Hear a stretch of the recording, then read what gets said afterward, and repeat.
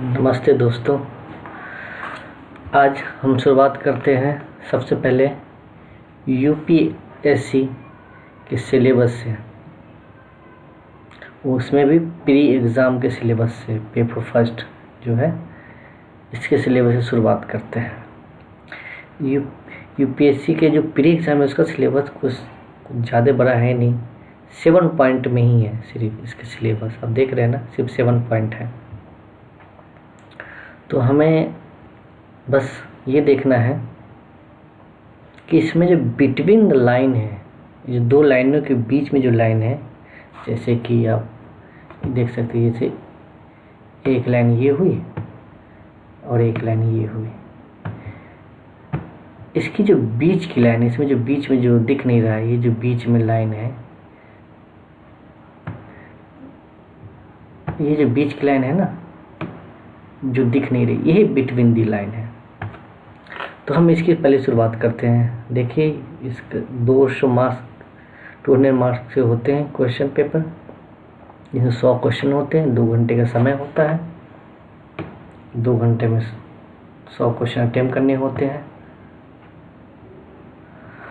तो आप यह है, या फिर देखते हैं यहाँ करंट इवेंट है, national international importance, current affair है। आपको पता है कि करंट अफेयर कितना वास्ट है, लेकिन अब हम ये कैसे जानेंगे कि ये करंट अफेयर जो है, जो हमारे लिए इम्पोर्टेंट है, कैसे पता करेंगे?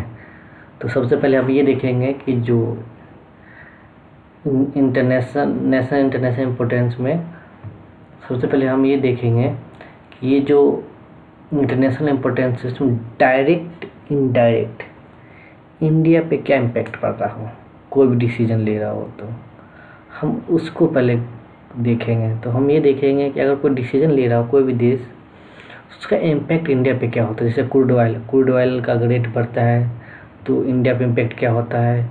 अगर अमेरिका को डिसीजन लेता है कि अफ़गानिस्तान से अपनी फोर्स को 11 सितंबर को निकाल लेंगे, तो इस पे इंडिया पर मतलब इसका इम्पैक्ट क्या पड़ता है। तो इस तरह की जो भी घटनाएं हैं ना, हम उससे देखेंगे कि वो करंट अफेयर हमारे लिए इम्पोर्टेंट हो, या कोई WTO को डिसीजन ले रहा है, UNSC जो है सिक्योरिटी काउंसिल, वो अगर कोई डिसीजन लेती है तो इस पर इंडिया का क्या इम्पैक्ट इंडिया पे पड़ रहा है, डायरेक्ट इनडायरेक्ट। तो हमें वो देखना है, और इसमें भी खासकर हमें वो देखना है जो हमारा पड़ोसी मुल्क है, उनके साथ हमारे संबंध कैसे, उसके साथ क्या रहे, वो क्या फैसला रहे, किस देश के साथ संबंध बना रहे, उससे हमें क्या प्रॉब्लम होगी, इसे देखना है। ये इंटरनेशनल इम्पोर्टेंस है। और नेशनल लेवल पे अगर कोई ऐसी न्यूज़ है जो नेशनल लेवल पे चल रही हो, या कुछ ऐसे जो लग रहा हो कि हाँ सिलेबस में, जैसे कि गरीबी या वैक्सीन आजकल, या ऑक्सीजन, ये हेल्थ, इस तरह के जो मुद्दे जो नेशनल लेवल पर, ऑक्सीजन का, ऑक्सीजन क्राइसिस चल रहा है, कोरोना चल रहा है तो ऑक्सीजन क्राइसिस चल रहा है, हर जगह ऑक्सीजन की डिमांड हो रही है। कोर्ट अपने लेवल पे काम कर रही है, पॉलिटिकल लीडर अपने लेवल पे काम कर रहे हैं, एडमिनिस्ट्रेशन अपने लेवल पे काम कर रहा है, तो किस तरह से काम किया जा रहा है। तो ये जो घटनाएं घट रही है ना, ये इम्पोर्टेंट है। इस पर अगर डिस्कस किया जाए तो बहुत लंबा चलेगा। फिर history of India and the Indian national movement, ये देखना है। हिस्ट्री ऑफ इंडिया जो है और इंडियन नेशनल मूवमेंट, हिस्ट्री की मेन शुरुआत जो करनी है तो वो तो आपको जो 2300 BC है ना, इंडस वैली सिविलाइजेशन, आपको वहाँ से शुरुआत करनी है और प्रेजेंट टाइम तक चलना है। अगर प्रेजेंट टाइम तक आपको, तो अब ये देखना है कि इम्पोर्टेंट घटनाएं घट रही है। जैसे उस टाइम 2300 BC शुरू करके इंडस वैली सिविलाइजेशन क्या है, वैदिक पीरियड क्या है, पोस्ट वैदिक पीरियड क्या है, जो उपनिषद और भी चीज़ें जो उस टाइम हुई थी, और भी चीज़ें जैसे कि नेशनल मूवमेंट में आ गया आपको देखना, जैसे कि गांधी जी ने क्या क्या मूवमेंट किए, जैसे कि है ना, सविनय अवज्ञा आंदोलन हो गया, नॉन कोऑपरेटिव मूवमेंट हो गया, और क्विट इंडिया मूवमेंट हो गया। इस तरह के जो है, तो आपको इस तरह के मतलब मूवमेंट के बारे में आपको पढ़ना है पीढ़ी में। इसी तरह से क्वेश्चन पूछते हैं कि इरविन गांधी समझौते में क्या हुआ, या राउंड टेबल कॉन्फ्रेंस में क्या, तो इस तरह से मतलब आपको पढ़ना है। बाकी आप मैथ्स में हो जाएगा। और ज्योग्राफी में आप आते हैं तो ज्योग्राफी में आप देखिए इंडियन एंड वर्ल्ड ज्योग्राफी की बात करी जाती है। तो इंडियन ज्योग्राफी में आपको देखिए फिजिकल, सोशल, इकोनॉमिक ज्योग्राफी और इंडिया वर्ल्ड की देखनी है। तो आप अगर ये देखने मतलब social, physical, social, economic geography क्या है, तो आपको मेन इसमें मेन मोटिव होगा कि अब मान लीजिए हम किसी एरिया की मिट्टी को देख लें कि उस एरिया की मिट्टी कैसी है। अगर मान लीजिए उस एरिया की मिट्टी उपजाऊ है तो वहाँ फसलें अच्छी होगी। अगर फसलें अच्छी होगी तो लोग मतलब ज़्यादा फसलें होगी तो वो बेचेंगे भी, अच्छी फसल होगी तो मार्केट में बेचेंगे भी, तो बेचेंगे तो पैसे आएगा, पैसे आएगा तो उसको मार्केट में खर्च करेंगे, खर्च करेंगे तो डिमांड जनरेट होगी, डिमांड जनरेट होगी तो लोगों को जॉब मिलेगा। जब ज़्यादा डिमांड होगी तो ज़्यादा जॉब चाहिए ना। तो इस तरह से देखना तो अब क्या होगा, अगर फिजिकल वहाँ का मतलब उस एरिया का है या फिर और भी फैक्टर काम करते हैं। मिट्टी एक एग्जांपल देके बोल रहा हूँ, फैक्टर और भी वहाँ इंडस्ट्री होगी तो उस तरह से काम कर रहे हैं जिस तरह से। तो मतलब इस तरह से अगर लोगों के पास उस एरिया का मतलब फिजिकल मतलब ये मैं बताया कि मिट्टी कैसी, फसलें कैसी होंगी, ये सब फिजिकल। जब फिजिकल होगी तो सोशल भी डेवलपमेंट खुद ब खुद होगा। जब सोशल डेवलपमेंट होगा तो आप देख सकते हैं कि फिर जो इकोनॉमिक डेवलपमेंट भी जब सोशल होगा फिर तो फिर इकोनॉमिकल देखना है कि उस एरिया को क्या है, किस तरह काम कर रहा है, कितना डेवलप है क्या नहीं है। ये सेम टू सेम आपको वर्ल्ड में भी देखना है। और वर्ल्ड में इतना डिटेल में, जितना इंडिया का डिटेल में देखना उतना वर्ल्ड में तो ओवरव्यू आपको लेनी है बस। Indian polity, Indian governance, constitution, political system, ये आपको Panchayati Raj, public policy, right issue, ETC. तो ये इसमें जो है ना, देखो आप ये सब तो आप पढ़ोगे खुद बुक से, ये सब तो बुक में मिल जाएगी गवर्नेंस, ये कॉन्स्टिट्यूशन क्या है, पॉलिटिकल सिस्टम कैसा काम करती है। लेकिन ये जो राइट इशू है ना, ये करंट अफेयर के मुद्दे हैं। ये मुद्दे आप पेपर से पढ़ने, गवर्नेंस भी उसी में आ जाएगा और पॉलिटिकल सिस्टम भी। तो ये पेपर से पढ़ोगे ना तो आप देखो किस तरह से डिसीजन ली जा रही है, क्या हो रहा है। अभी अभी हाल में आप देख लो, जब जैसे मैंने बोला ऑक्सीजन की, कभी तो सब अपने अपने लेवल पर डिसीजन ले रहे हैं। पॉलिटिकल पार्टी अपने लेवल पर ले रही है, कोर्ट अपने लेवल पर निर्देश दे रही है। तो सब किस तरह काम कर रहे हैं, क्या बोलते हैं कि हेल्थ फंडामेंटल राइट है। तो आपको देखना है कि ये जो हेल्थ के बारे में है ना, किस तरह से लोग क्या करें। तो आपको ये है। फिर इकोनॉमिक्स में आप देख लीजिए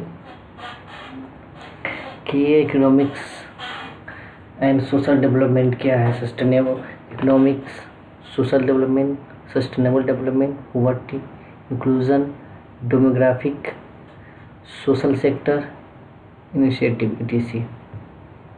अब जो है इकोनॉमिक एंड सोशल डेवलपमेंट, देखिए इकोनॉमिक एंड आर्थिक और सामाजिक विकास, सतत विकास, गरीबी, समावेशन, जनसांख्यिकी, सामाजिक क्षेत्र की पहले आदि। अब देखिए इसमें है आर्थिक और सामाजिक विकास। तो आर्थिक सामाजिक विकास कैसे होगा, अगर आपके पास जॉब है या बिजनेस है, कुछ भी है, आपके पैसे भी होंगे। जब पैसे हैं आप खर्च भी करते होंगे पैसे को, जैसे घर बना रहे हैं या खाने में, किसी चीज़ में भी खर्च करते हैं। खर्च कर रहे हैं आप तो अपने ऊपर ही खर्च कर रहे हैं ना, आप अपने ऊपर, अपने परिवार के ऊपर खर्च कर रहे हैं। तो आप अगर इकोनॉमिक, तो आपका सोशल डेवलपमेंट भी हो रहा है, क्योंकि आप कहीं ना कहीं आप सोसाइटी में ही रह रहे हैं ना, तो सोसाइटी का डेवलपमेंट भी तो हो रहा है। अब ये है सस्टेनेबल डेवलपमेंट, कहा जा रहा है ना सस्टेनेबल डेवलपमेंट, ऐसी डेवलपमेंट जो सतत विकास। सतत तो मतलब कहने का मतलब है कि जैसे कि आप एग्जाम्पल के तौर में समझाना चाहूँगा, जैसे कि ग्राउंड वाटर, हम पानी यूज खूब कर में पी रहे हैं, लेकिन हम पानी को इतना एक्सप्लॉइट कर रहे हैं कि पता चल रहा है कि पानी की भी क्राइसिस हो रही, कहीं पानी नहीं मिल रहा है, कहीं कुछ नहीं मिल रहा है। इस तरह की कंडीशन बनी हुई है, आप देख रहे हैं। तो क्यों ना इस तरह से पानी का इस्तेमाल किया जाए कि हम पानी का इस्तेमाल भी करें और ग्राउंड वाटर रिचार्ज भी हो, जिससे कि ग्राउंड वाटर का पानी ख़त्म भी ना हो और हम इस्तेमाल करें और आने वाली जनरेशन को इस पानी का लाभ मिले, उसे पानी मिले। जब वो आए तो उसे पानी अवेलेबल हो, ऐसा ना हो कि पानी ना हो। इस तरह से हमें करना है। और आगे यहाँ पोवर्टी गरीबी मतलब कैसे हटाई जा रही है, क्या सरकार की योजनाएं चल रही है। ये डेमोग्राफिक में आपको देखना है कि किस एरिया में कितनी जनसंख्या है, जनसंख्या की वजह से उस एरिया की डेवलपमेंट कैसे हुआ है, वहाँ किस तरह से जो हमारी डेमोग्राफिक है वर्क सरकार इसका इस्तेमाल कर रही है, कितने लोगों को रोज़गार मिला है, मतलब इस तरह से आपको पढ़ने हैं। और सोशल सेक्टर और सोशल सेक्टर में क्या क्या वेलफेयर स्कीम चल रही है, कहाँ मतलब वेलफेयर स्कीम जैसे कहाँ नेट पहुँच रहा है, कहाँ पीडीएस सिस्टम के तहत अनाज मिल रही है, कितनी मिल रही है, कैसे मिल रही है, कैसे वर्क किया जा रहा है, सरकार कौन कौन से इनिशिएटिव ले रही है गरीबी ख़त्म करने के लिए, जैसे कि माल न्यूट्रिशन को ख़त्म करने के लिए क्या कर रही है, मिड डे मील चला रही है, इससे बहुत सारी स्कीमें चल रही है, आपको वो देखना है। अब यहाँ आते हैं general issue on environmental ecology, biodiversity and climate change do not required subject specialization. कहने का मतलब है कि आप पर्यावरण के बारे में, जैव विविधता के बारे में, मौसम के परिवर्तन के बारे में पढ़ना है, लेकिन सामान्य मुद्दे के लिए जिनका विषयगत विशेषता की जरूरत नहीं है, आपको एकदम ज्ञानी वाला नहीं बनना कह रहे यार ये भी पढ़ना है वो भी पढ़ना है, पता नहीं क्या क्या पढ़ना है, ऐसा नहीं, बस नॉर्मल से इन्फॉर्मेशन लेने। जैसे अभी कि मौसम फोरकास्ट कैसे किया जा रहा है, क्योंकि फोरकास्ट होते हैं तो क्या प्रोसेस होती है, अगर कहीं बायोडाइवर्सिटी है तो वो कैसे कितनी है, कहाँ हॉट स्पॉट है, किस एरिया में नहीं है, कैसी डाइवर्सिटी है, क्या है, बस आपको नॉर्मल सी इन्फॉर्मेशन लेनी है। जैसे आजकल ऑक्सीजन कंसनट्रेटर तो क्या है, ऑक्सीजन कंसनट्रेटर क्या है, एलएमओ में क्या है, लिक्विड मेडिकल ऑक्सीजन, इन दोनों में डिफरेंस क्या, बस इस सामान्य से जानकारी इकट्ठी करनी है, ज़्यादा बड़ा ये विशेषज्ञता नहीं चाहिए, बस नॉर्मल सी जानकारी चाहिए। तो आपको ये सब देखना है। और फिर आ गया सामान्य विज्ञान मतलब जनरल साइंस। जनरल साइंस की बात की जा रही है, कोई बड़ी साइंस नहीं। तो हमें ये देखना है कि जनरल साइंस कैसे किया जाएगा। तो आप बस इस जनरल साइंस में जनरल साइंस में नहीं जानना है कि वो क्या है, ये क्या है, कैसे काम कर रहा है, अरे मेडिसिन बन रही है तो क्या क्या प्रोसेस है मेडिसिन बनने की, कौन कौन से फार्मूला का इस्तेमाल किया जा रहा है, साइंटिस्ट ने कैसे रिसर्च किया, ऐसा कुछ नहीं है। बस आपको नॉर्मल से जानकारी लेना है। जो मेडिसिन बनी है कोवैक्सीन, कोविशील्ड, तो कोवैक्सीन भारत बायोटेक ने बनाई है, Covaxin serum institute of India ने बनाया है। तो हमें ये जानना है कि जो हमारा फार्मास्यूटिकल हब बना हुआ है इंडिया वर्ल्ड का, तो किस तरह बना, क्या है। साइंस में अभी जैसे देखना है कि वैक्सीन जो बनी, जो ट्रायल चला है, तो उसका डेटा क्या आया है, किस तरह से काम किया जा रहा है, बस, और ज़्यादा कुछ नहीं। और जो नॉर्मल से मुद्दे आते हैं ना, जैसे आजकल मेडिकल ही में अब ज़्यादातर मुद्दे आ रहे हैं, आप देख लो ना, इंफ्रास्ट्रक्चर किस तरह से काम कर रहा है, हम आरोग्य सेतु ऐप का किस तरह से यूज कर रहे हैं, कोवैक्सीन के लिए जो कोविन ऐप है उसका किस तरह से इस्तेमाल किया, सब साइंस ही तो है। डिजिटल प्लेटफॉर्म कैसे इस्तेमाल किया जा रहा है, लोगों की वेलफेयर कैसे सुनिश्चित की जा रही है डिजिटल के माध्यम से, इन सब को देखना है। और ये सब जो है ना, ये सारे ये आपको, ये सब मेंस की आप जब तैयारी करोगे, मेंस की तैयारी, तो ये सब मेंस की तैयारी में ही सारे कवर हो जाएंगे, ये सब मेंस की तैयारी में ही कवर हो जाएंगे। बस आपको लास्ट के 2 महीने इसको थोड़ा पढ़ना पड़ेगा, बाकी सब मेंस की तैयारी में ही कवर हो जाएंगे। मेंस की तैयारी में आप खुद देख ले, जब मेंस की तैयारी करोगे तो ये सब हो जाएगा। इसको उतना इसमें नहीं पढ़ना है, इतना टेंशन नहीं लगे अरे प्री की तैयारी कैसी होगी, पहले प्री की तैयारी कर ले, पहले बाद में मेंस की तैयारी करेंगे। आप प्री की तैयारी पहले कर लोगे, मान लिया जाए आपने प्री की तैयारी कर ली, अच्छे से कर ली, प्री निकल भी गया, प्री के बाद 3 महीने का समय बचता है, 2 से 3 महीना होता है मेंस के लिए। तो आप बताओ कैसे मेंस लिख पाओगे, फिर पता चलेगा फिर अगले साल प्री की तैयारी कर रहे हैं। इसलिए मेंस की तैयारी कीजिए, उसके साथ साथ प्री की तैयारी खुद ब खुद हो जाएगी। प्री की तैयारी करने की खास जरूरत नहीं है, बस एक बार देख लेना है, तो उसमें स्पेसिफिक डिटेल होती है और कुछ नहीं। तो आप मेंस की तैयारी करो और ये प्री की तैयारी खुद ब खुद हो जाएगी। मैं करंट अफेयर पे जो है ना, करंट अफेयर बहुत ही है, मैं उस पर भी वीडियो बनाऊँगा, कैसे करंट अफेयर पढ़नी चाहिए, कहाँ से पढ़नी चाहिए, कितना पढ़नी चाहिए, इस पर मैं वीडियो बनाऊँगा।